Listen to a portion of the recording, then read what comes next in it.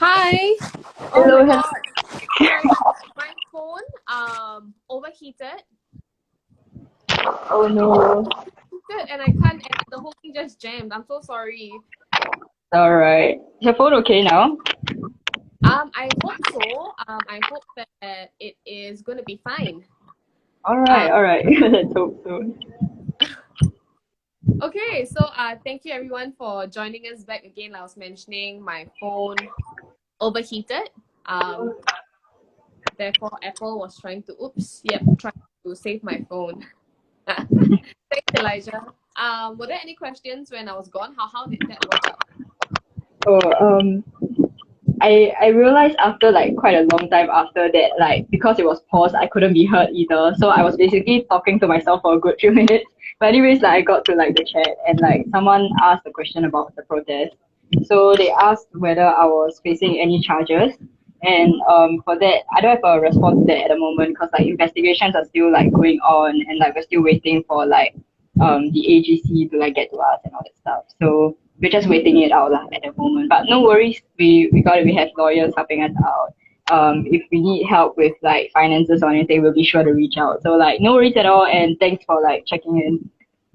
That's very sweet of them. If you need any help, we're here to support you. Thank you. I appreciate it.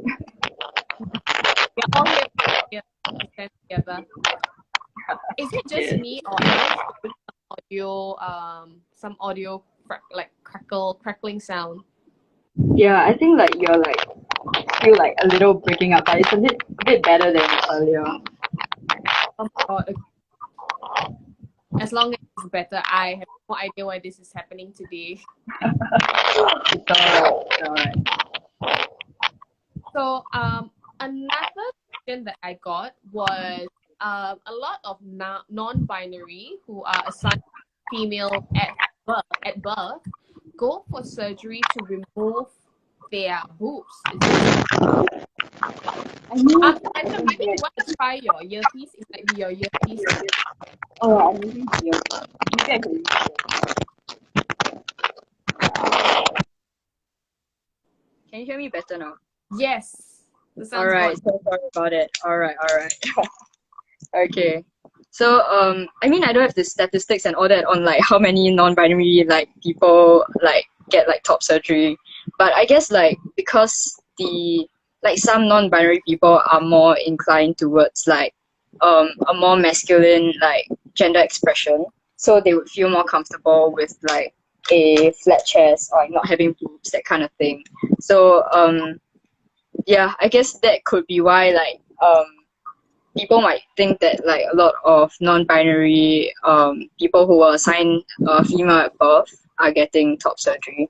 And I think like personally for me, like being non-binary is a huge part of it is also like a detachment from like the gender that I was assigned at birth. So I feel like dysphoric with like I guess the more biologically female like physical characteristics of myself, like say like wider hips or like having chest and that kind of things. So I understand why like there are non-binary people who want to get top surgery as well. Yeah, and all that stuff. I guess it works the other way as well. Like non-binary people who are assigned male at birth getting like breast implants and that kind of stuff as well to like just present as like how they feel most authentically reflects their gender identity or feel most comfortable in terms of how they express themselves in terms of gender. Yeah. Understand, totally understand. Another Yeah. question that came was quite interesting. Mm. How will I know if I am non-binary? Wow.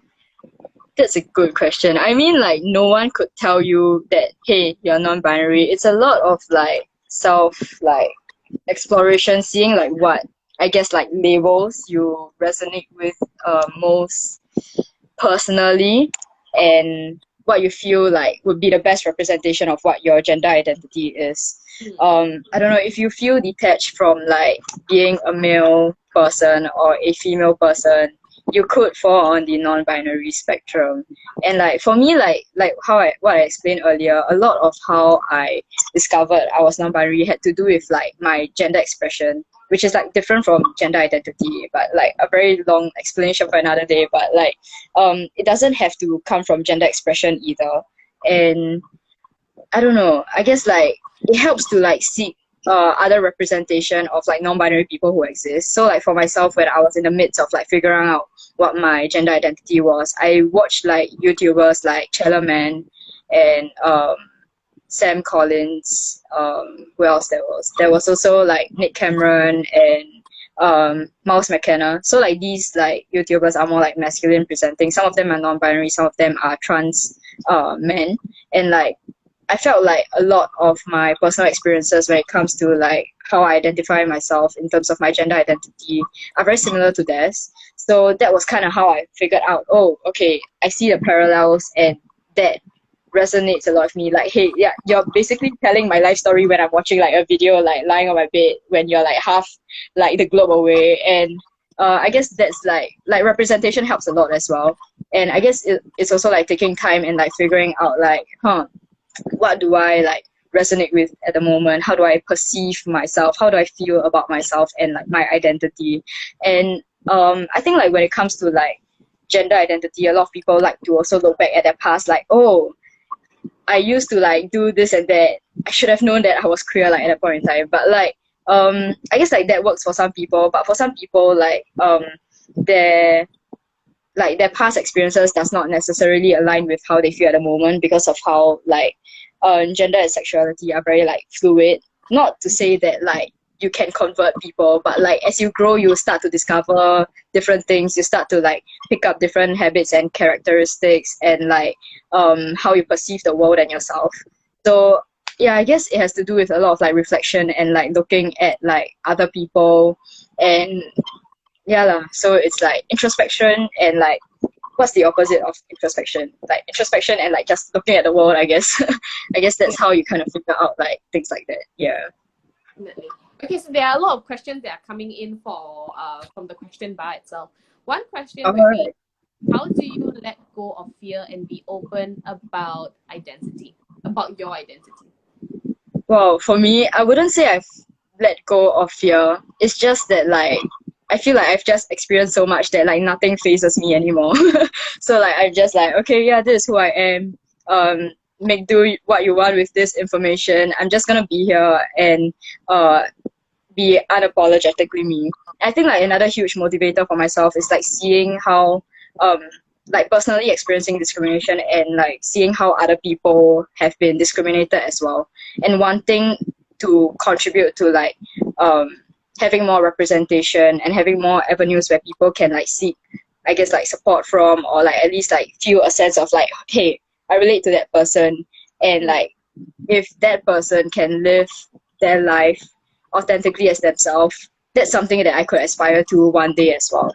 So I guess a big part of it is like wanting to be there for others and like just basically having like a representation that I wish I had when I was a kid as well, to be able to provide that sense of like support, whether it is on an emotional or physical level. Yeah. Yes. Okay, so oh, there's a lot of questions. First of all, someone told this. First of all, love you and love your tireless efforts in activism. So regardless the future of your work in activism, I'm curious. Let me see. Oh, okay. That's a long one. All right. Okay, so the thing is, I can't see the whole question. Mm-hmm. I can't see the whole question because it cuts off. Mm-hmm. Farah, if you don't mind going to the question on our Insta story to see whether you can catch the whole question for me, that will be great.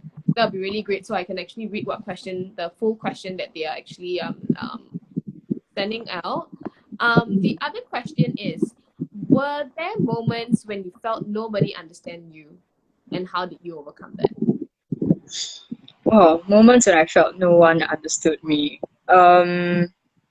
I don't know. I guess like when it comes to speaking to people who are more conservative or have a more narrow worldview, it's very hard to like get through to them on how like not just like being non-binary, but like how the LGBTQ plus community exists as like legitimate people with like legitimate identities, and like like these people exist. Like it's very hard to like I guess like communicate with people who have like this sort of like different perception, towards like what the world and like what is right and like what is like the true form that people can like exist as, that kind of stuff. So how do I manage that? I wouldn't say that I've managed that very well, because like my like I guess like personally I always like to like engage in conversations, right? So like my first step is always like to converse about it. Like, okay, you think that homosexuality is a sin, let's talk about it. Let's talk about like the verses, and like when it comes to like talking to Christians, because I'm a Christian myself. So like there are a lot of encounters with like people who use like religion to delegitimize the LGBTQ plus community. So it's a lot of like trying to deconstruct like, okay, why do you think this way? Like do you think you could like read the passage from like a different perspective, or like take into context like the situation in which like certain passages were written, things like that. So it's a lot of like trying to engage in conversation, but because sometimes people are not interested in having conversations, they just want to like, this is what it is, listen to me, otherwise I'm not engaging in this kind of conversations. So Yeah. like I guess that's like the problem that I have most of the time. So I guess the way that I'm trying to like manage that is setting boundaries for myself. Like, okay, I don't have the emotional capacity to like engage in like such conversations, knowing that they probably won't go anywhere for either of us. So I just detach from it, or like let them know, okay, I'm not gonna talk about it right now because I don't think that this is going anywhere. But these are some resources you could turn to if you want to gain like a better perspective, and we could talk after if like you're done reading these and like you have some questions. I'm very open to like converse about these things. So like that is one way that I sort of like manage such conversations. I guess like other difficult times would be like interacting with relatives or family members who don't quite understand like why do you have short hair? When are you gonna like grow your hair out? Why are you not wearing dresses? That kind of thing. It's very hard to answer those questions. And like because like when it comes to interacting with family, my personal like I'm not my only consideration when it comes to engaging these conversations, because I also have to think about like, oh, how is my like mom gonna like talk to relatives if like I come out to them right now, that kind of thing. Like, oh, what if I tell them that like this is what I am, and then I have to go on to like a whole like 1 hour lecture about what is non-binary, that kind of stuff. So like most of the time I just detach from like those situations, like laugh it off, like haha, okay, cool, I just like short hair, Singapore very hot, like that kind of stuff, like very like just to brush things off. But I guess like when the time comes and when the situation is appropriate, like say like after I talk to my parents about it and like prepare them for like, okay, these are the things that I want people to know, because this is how I'm gonna live my life like henceforth, and like this is just who I am and who I who I exist as lah. So these are things that relatives have to deal with eventually. So like let's talk about what would be a good way to like ease them in, that kind of stuff. So currently that's how I'm thinking of I guess like dealing with not so sensitive comments when it comes to like people who are closer in the bloodline and that kind of stuff. Yeah. I am actually conducting a consent and boundaries workshop. Oh. It's for a very it's a very intimate session. Honestly, it can be sexual if it wants to be, but it has a lot of things that has got to do internally. And one thing in that workshop, right, is this that's been taught. You do not need to explain anything to anybody. Right? So that's the same thing I want to push out to you. Sometimes people don't understand you. That doesn't mean that there is a need for you to explain. When someone asks you why, doesn't mean that you have to find a way to explain it to them, because that's bad. That's not even going to be beneficial to them. It's not even going to be beneficial to you. Sometimes it's okay, and most of the times, every time, it's okay to say no. If you don't feel like that is a question that you need to answer, no. And it's totally fine to say no, right? And push out there, it's okay, Elijah, you are your own person, and people are going to accept you for who you are, right? They're going to know you for Elijah, and they're not going to know you for your sexuality, your orientation, none of that. Yes. Thank you. I do find it hard to like say no sometimes, because like I don't know, I feel like I'm a very soft person. So like if someone asks me for something, I'm like, okay, yeah, I'll deal with that for you. And like that like sucks a lot of like energy out of me. But like thanks for that. I think I'm gonna like work even harder on like boundary setting and like really just like focusing more on like caring for myself before like giving out bits and pieces of myself to others. Yes, that's one thing. That's one thing that's been said. Every time you say no, you're taking care of yourself. I think that's a great thing to remind myself about. Every time you say no, you're taking care of yourself. And I would say thank you for taking care of yourself. Right? It's not a bad thing, it's a good thing. Now I'm gonna move on to this is actually a very interesting question that I got. I think I sent that to you at the end. I am dating / talking to a non-binary, but I do not know what. Okay, so this person said sexual parts, but what I think is they do not know what they were assigned at birth or what to expect sexually, and I don't know how to ask. Is there a right or wrong way to ask? I guess like something like whoever has to think about before this question comes about, right? It's like why do you want to ask? Like how significant is like that information important in your relationship, and like why do you think that you need that bit of information? Would that change anything about your relationship and like things like that? This particular person, she's a queer woman, right? So she identifies as a lesbian. So I don't know what being a lesbian is going to be a bit hard to be dealing with male parts. So how would you answer to a queer woman who is dating a non-binary? Okay. I guess like it also has to like the same attitude has to be carried with like say if you're dating like a woman as well, because like you never know whether like the woman that you're dating is a cis woman or a trans woman, and like I'm guessing that you wouldn't just assume off the bat like once you like start dating the person what their sex assigned at birth was. So yeah, I guess like that's an assumption that you shouldn't have regardless of like whether you're dating a non-binary person or a woman, because like you like regardless of who the person is, you wouldn't know what parts they are unless like you see them or like you ask them about it. So I guess like the best way is to like have an open conversation, again like have a conversation with your partner and like ask like, okay, I understand that like you're non-binary, and like I don't know what a good way to like let the person in on the question would be, because I personally haven't had any experience that is sexual related. But I guess like communication is always important. Like let them know like why this information is important to you, and like what are your like preferences when it comes to like engaging in the bedroom and like all these stuff. So like I think like when the conversation is there, when you have a sit down and like talk about like what your needs are, what you would feel most like I don't know, how you feel most comfortable with your partner in bed and like all that stuff, and like just lay out everything that is like has got to do with like sex, I guess, when the conversation comes about, like what I mentioned earlier, like safe words, and like what do you want to experiment with, what kind of like sex do you want to have, and that kind of stuff. Like I think it's a all-in-one package when like you talk about these stuff, and like I think it's important to know as well, like because what was I gonna say? I lost my train of thought. I think it's important to establish that like the like whatever like genitals that your partner has, it doesn't play a part in like how much you love them, or like how much you like care about them, and how much like it plays a role in the relationship.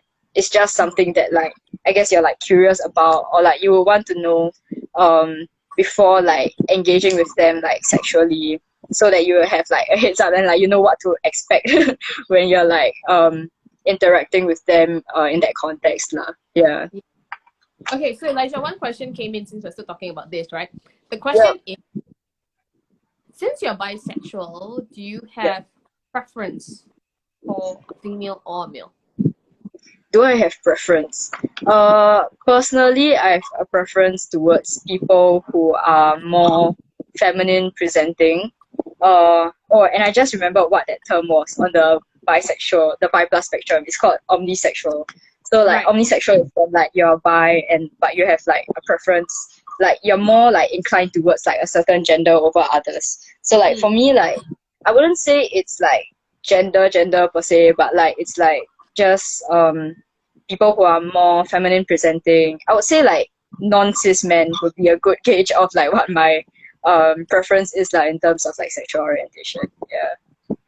Okay, thank you for sharing. And I think that it's almost 9.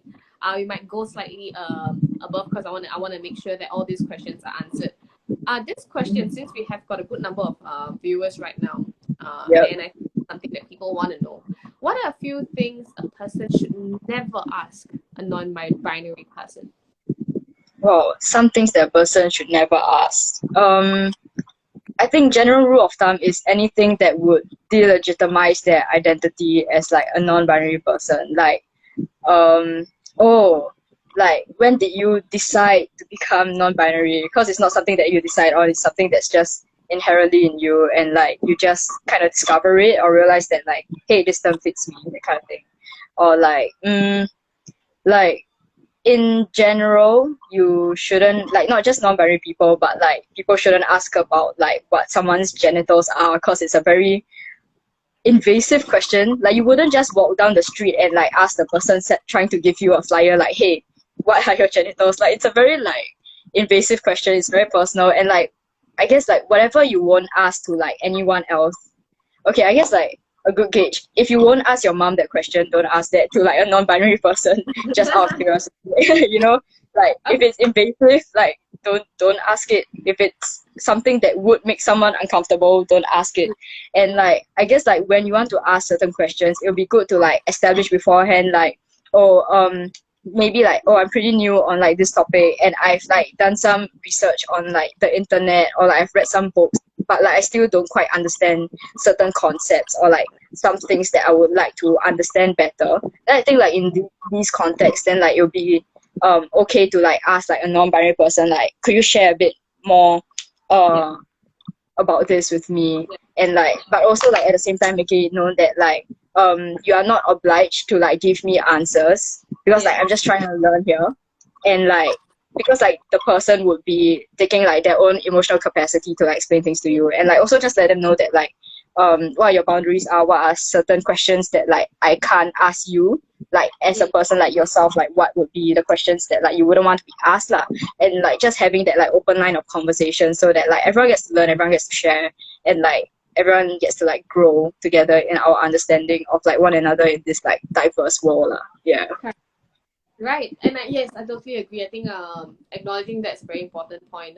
Even saying things like, "I'm sorry, I'm not sure if this may be of offense to you. Feel free not to answer the question."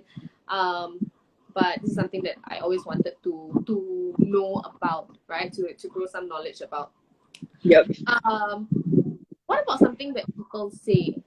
What is things that you have heard that actually is very offensive and you don't wish to hear it again? Wow. That's a good question, because most of the time I just push it like deep, like at the back of my mind, and never think about it again. I think like for myself, off the top of my head, I cannot think of anything that like someone has said. But I guess like some things that I could imagine people commenting about is like, oh, is that even like a real gender? Like, oh, or like when it comes to like talking from a position of like religion or things like that, like, oh, you know, like God didn't create you that way. I think like these things, especially when you target like someone, like if you make such comments to someone who is of faith, it can be very demeaning, not just to themselves but also like to their faith and like their relationship with God and that kind of things. So I guess like just be sensitive. Something like, again, something you wouldn't say to your mom, don't say it to a non-binary person. You know, like you wouldn't tell your mom like, hey, you know, God didn't create you this way, like, huh? You know, like it's like, yeah. So just communicate with respect, with like, well, like dignifying like the person and seeing them as who they are. Like, yeah, like, basically just have respect when like talking to someone. Yeah. Definitely.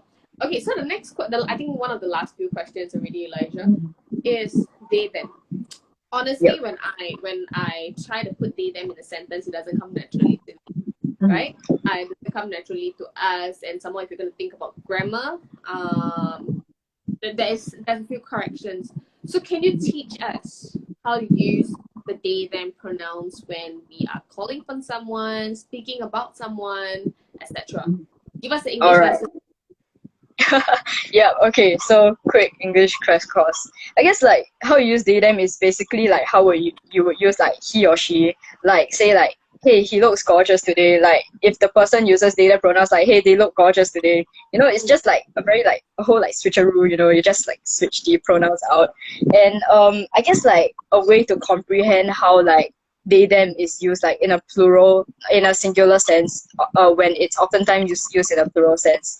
I like to draw parallels between like the pronouns they and like like you yourself.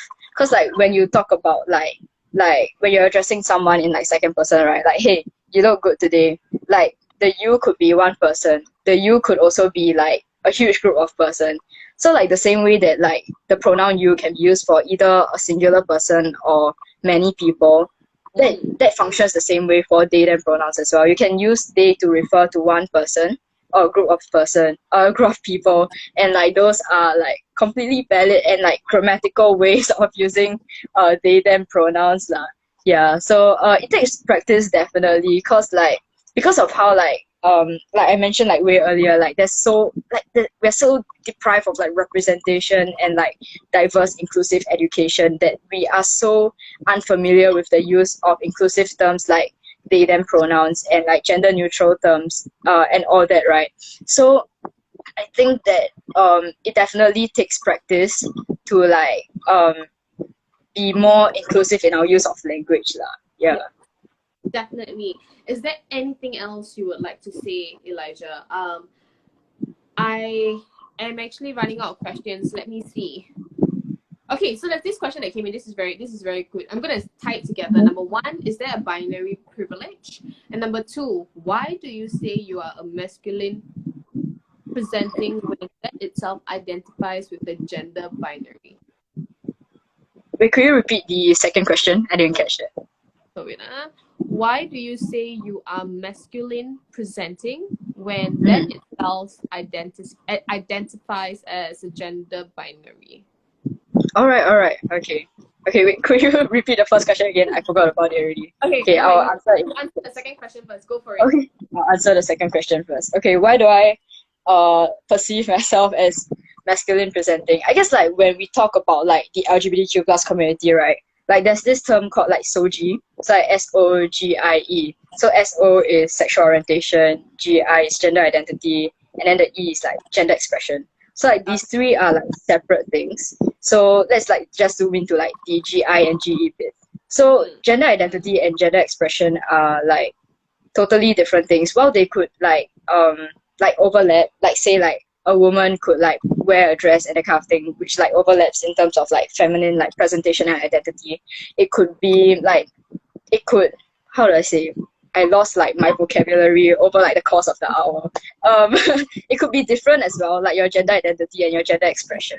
So like for example, like men can wear dresses. Like dresses are typically perceived as like feminine presenting, but like wearing a dress does not undermine their gender identity as a male person.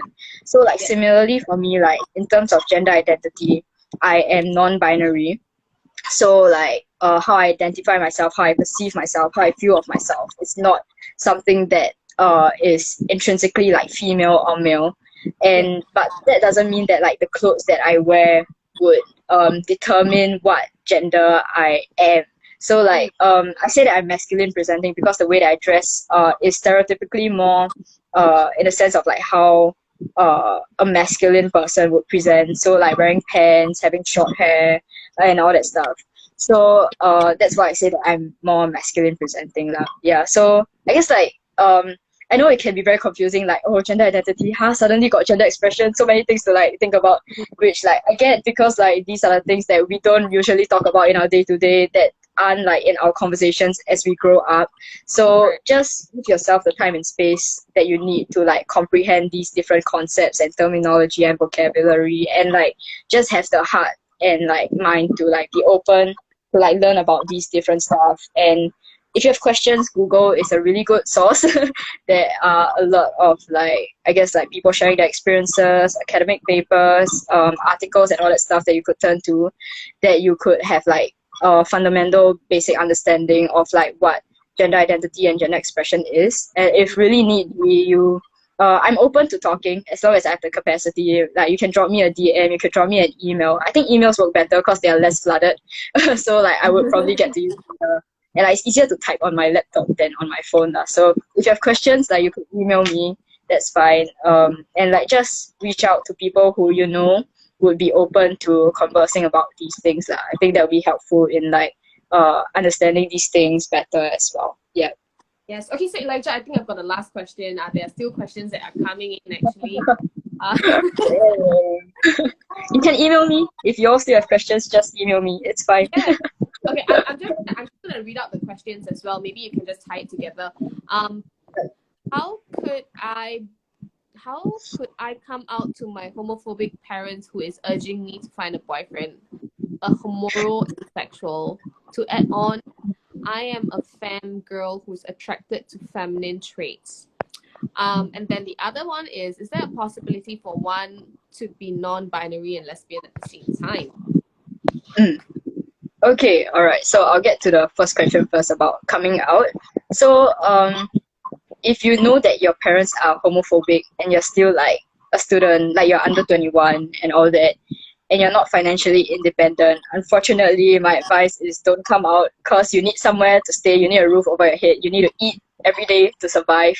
And it's going to be very difficult to like exist in Singapore without like enough like enough shelter and like financial stability and all that stuff. So it's very difficult, but like it's for your safety lah. I think like when it comes to things like this, you have to like try to like strike a balance between like what is safe for me and like between like living life as my authentic self. Because if you don't like ensure your safety, then like the coming out part won't really like I don't know, it won't really amount to anything in the end, because like there might be a lot of severe consequences that come after that would like severely affect your mental health and your physical well-being after lah. So I would say like take care of yourself first, make sure you are safe, at least like at home, and like it would be good also to find community outside. I think like that's what has put me through in like a mental and like social sense, like find safe spaces. Before COVID, I would say like go to queer events and meet people. Right now, since like everything is online, sign up for like online events. I know that like Uga Chaga had like an event last week or something, and like there are a lot of queer events around. You just have to look out for them. Like a lot of them publicized on like social media pages as well, like on Instagram. So like follow them, keep a lookout, and like just connect with like community and like get to know like people. If you're bisexual or like on the bi plus spectrum, I think that the bi plus collective is a great place to go to. They have like a Telegram chat and all that. So like you just go to their socials and find out more about this. And like there are a lot of like little community groups that exist. So like find your safe space, and like that could be like a really like I guess like lingo that we use, not lingo, I don't know, a term that we like to use in the queer community is like chosen family. So like although like your biological or like foster or like whatever like family structure that you have, it might not be your setting, but you could always find family outside as well, and like have that safe space to like exist as who you are. And then when you're at home, prioritize being safe and like having food on your table and a roof over your head. Yeah, definitely. right. Thank you so much for sharing, Elijah. In case you forgot the next question, it would be is there a possibility for one to be non-binary and lesbian at the same time? I think that was something that you explained earlier on as well. I think my last question would be, I've seen quite a number of people with the pronouns as she/them or them, she. What does that actually mean? I mean, personally, I don't identify with more than one pronoun, so I can't speak on their behalf. But like, pronouns is something that falls under the category of gender expressions. So it's how you how you express your gender. So how expresses themselves. Yeah, how somebody expresses themselves. So I guess like having a different like set of pronouns that they use is just things that they are comfortable being addressed as and like being seen as and being perceived as, I guess. Yeah, so I'm not like the expert in like talking about like pronouns when it comes to like people who use more than one pronoun. But it's really just like, I guess, resonating with different words and like different ways of being addressed that like they feel comfortable with and they feel visible when like they have these pronouns like being used on them. Yeah. Thank you so much, Elijah. Do you want to let everybody else know how they can reach out to you, because you mentioned email? All right. Okay. So my email is Elijah Tay. So ELIJHTAY 1KI19 @gmail.com. So you can reach me via that email. I guess like after this live goes up as an IGTV, I could like leave that in the comments as well, so that it's easier for you to Definitely. like Yeah. see. So that's an email that you can reach out to me too. And if you don't have an email or like that's not something that like you would like to use, you can DM me as well. But like heads up, I'm really bad at like replying DMs. But I would try my best to like get to them. But you can DM me, you can email me. I guess like these are the two most like accessible ways to like for us to like have a conversation about these things. And thanks in advance for reaching out. I'd be glad to like have conversations with you and like support you in any way I can. That's very sweet, Elijah. Thank you so much for coming here and sharing and answering all these really sensitive questions, I would say. Um, yes, I'm very inspired by you. Thank you for advocating and putting out messages that are supposed to be across there. Thank you very, very much. Before you go, Elijah, we do have a few other Let's Talk sessions coming up. For the rest of y'all, the next session is going to be about sex toys, something that is not available out there. Here in Asia, actually not very much. So we're going to have a very, very raw conversation with a sex toy reviewer. So she reviews sex toys. She's going to be here to chat more about it, maybe how to use it. So I don't know what's gonna happen. On top of that, we have our workshop coming up, which is consent and boundaries workshop. Actually, really can go up to maximum 10 people. So there's still some spots open. So if the registration link is in my bio, if you're interested in this, it's a physical event. It'd be a great place for you to meet other queer people as well. And that's it from me. Thank you very much, Elijah. If there's anything that you're working on that you need my help for me to contribute, I'll be more than happy to. We all will. Definitely. Thanks for having me here, and thanks everyone for listening. I'm glad to have you all here. Yes. Thanks, Elijah. Bye-bye. Have a good night. Good night. Take care, everyone. Bye.